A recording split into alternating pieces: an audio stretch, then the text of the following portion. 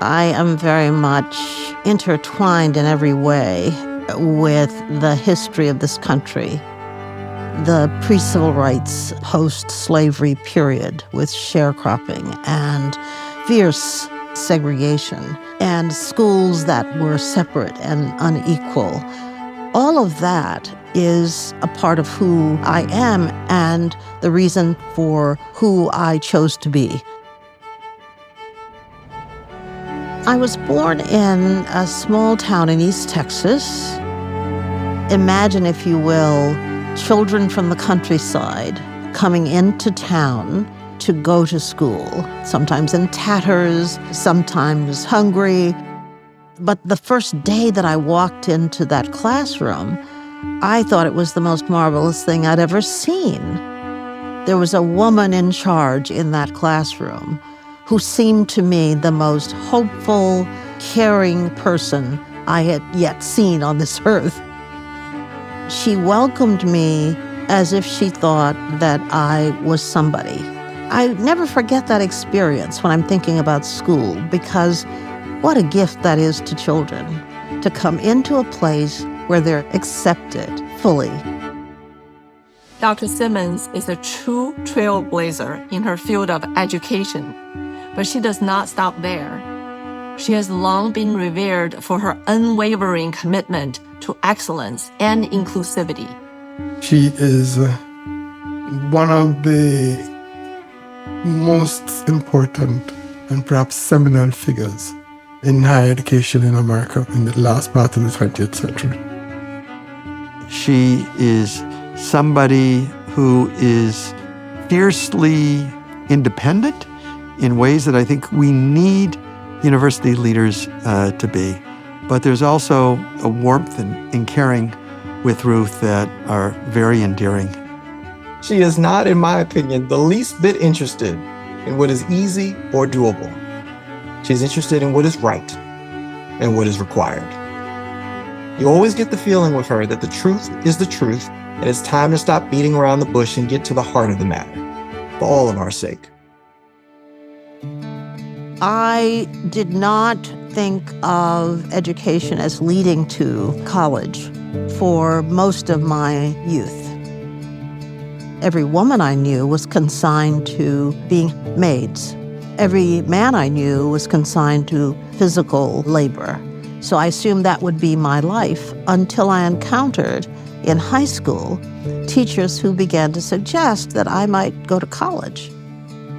Almost everybody that I meet has a story to tell about an educator that made a difference in their life, because leadership is about representing something to people who follow you, to the teachers, to school boards, to families, and to others in the community. You want the strongest, bravest, kindest, most inspirational people to be in front of those children and in front of the community. Ruth embodies Dr. King's notion of a beloved community. Rising above the national discourse, she remains steadfast in ensuring that students, especially those who have not always had access to the highest quality guidance and resources that can help them reach their full potential. Her greatest achievements are the thousands, if not millions, of lives she's changed forever. Ruth's impact on education cannot be measured. From her work as the president of Brown University and leading this nation to think about slavery and think of its role in that institution, to her thinking about Black leadership in the educational space and the impact on HBCUs and institutions like our own. I first met Ruth when I was a young partner at Goldman Sachs. She is an incredible leader, and people look to her for guidance and advice, including Hank Paulson, who was the CEO of Goldman Sachs at the time. And I was just blown away, both by her competence, by her confidence, by her knowledge and understanding of what makes people and organizations tick. We've really depended on Ruth for her expertise, for her vision, and for her leadership. Through her unwavering support, she has made homes out of institutions. She has given new dimensions to Fortune 500 companies. And through her example, she has taught us that we can dream of anything, we can be anything, and we can do anything. Your legacy in higher education is something that the rest of us can only hope to emulate and aspire to. From Grapeland to Harvard, that is not a path that is well worn. But you then went on to create a distinguished career in the academy, not because you had to, not because you didn't have other things that you could do, but because you were called to serve in that way. She has this aura of calm, of understanding, of great wisdom, and of hopefulness. At the end of each comment with whomever was speaking with her, she would end up saying, "It's gonna be all right." And there's something about that we need in this world, and Ruth lives it. Dr. Simmons represents what Texas needs and what the kids in our public schools need, which is people who have influence and have ideas and have resources to stand up for them, to believe in them, to advocate for them. And she's done that consistently throughout her career, both in higher education and for the kids in our public schools.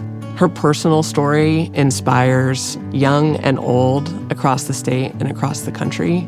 And her legacy of excellence and of integrity sets an example for all of us of what we can be and what we can contribute to make the lives of students, of young people, brighter, more hopeful, and increase the possibilities that they have available to them. Holdsworth wanted to create an award that lifts up people like Dr. Simmons, who model and set the standard for what those of us who care about public education can be and can do in service to the kids who count on us. It's an honor to get to celebrate her legacy and hopefully to inspire other people to lead and contribute in the ways that she has. Fundamentally, I deeply value education. I know there are children everywhere who stand on the outside of opportunity. And I know from my own experience that that's just a function of economics, it's a function of class, it's a function of particular circumstances into which they were born. But I know that they often have the ability to do everything they would want to do.